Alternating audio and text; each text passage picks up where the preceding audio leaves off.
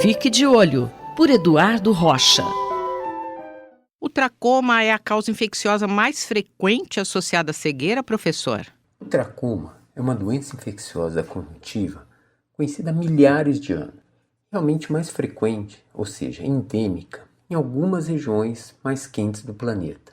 A conjuntivite pela Chlamydia trachomatis tem como causa esse micro-organismo, que muitas vezes é classificado como uma bactéria, mas é tão simples que às vezes busca-se um reino exclusivo para ela, algo entre os vírus e as bactérias. Sua presença na clamidíase, uma infecção sexualmente transmissível, tem epidemiologia e quadro clínico bastante distinto, e raramente isso se sobrepõe ou ocorre concomitantemente ao tracoma. Portanto, aqui nós vamos considerá-los como doenças distintas e comentar, ou seja, dar o foco realmente para o tracoma. A Organização Mundial de Saúde estima em torno de 2 milhões de deficientes visuais no mundo, quase 500 mil cegos, têm o tracoma como causa.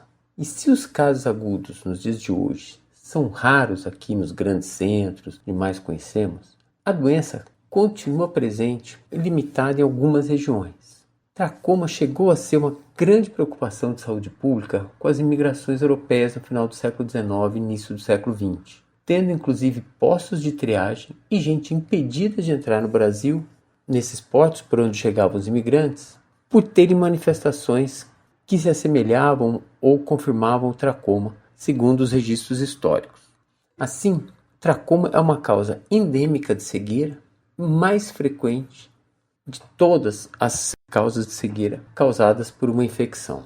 Conhecida há milênios, o tracoma tem cura? Ela se manifesta como uma conjuntivite crônica ou recorrente em situações de vulnerabilidade onde higiene precária, alimentação limitada e aglomerações de pessoas fazem com que, ainda na infância, os indivíduos entrem em contato com a clamídia, sejam contaminados e passe a ter essa conjuntivite. A infecção é a fase inicial, tratável e curável com antibiótico, mas a doença pode se agravar ou recorrer se faltar água limpa, condições de higiene e, nas fases crônicas, causar fibrose da pálpebra, levando ao atrito dos cílios com a córnea, nessa fase chamada de triquíase ou entrópio, e daí levar à fase final da doença não curada, que produz a cegueira ou deficiência visual pela opacidade permanente da córnea.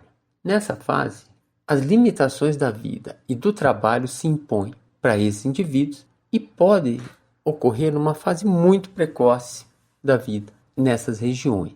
Melhorar a condição de saneamento, com água limpa, esgoto tratado, são as bases para conter e erradicar o tracoma nas regiões onde ele persiste. Dar antibiótico e evitar que volte a se infeccionar, melhorando as condições de saúde das crianças, é objetivo frente aos casos que se manifestam. Os estudos em série feitos pelo grupo do professor Antônio Augusto Velasco Cruz, da FMRP da USP, mostram, por exemplo, que a etnia indígena Macu, na Amazônia, convive com o tracoma e há registros desses problemas nessa comunidade nômade, pelo menos desde 1977. Os esforços para tratar dentro da comunidade foram feitos e documentados em um artigo científico dele e do Dr. Oscar Soares, em 2004.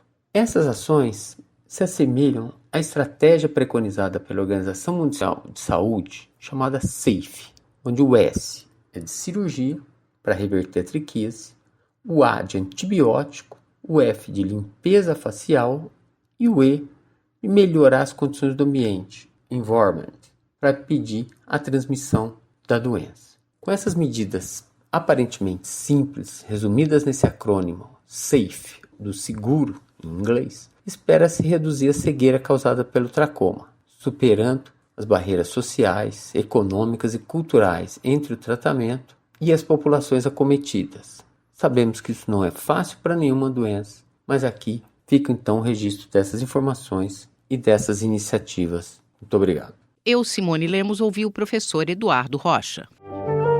Fique de olho, por Eduardo Rocha.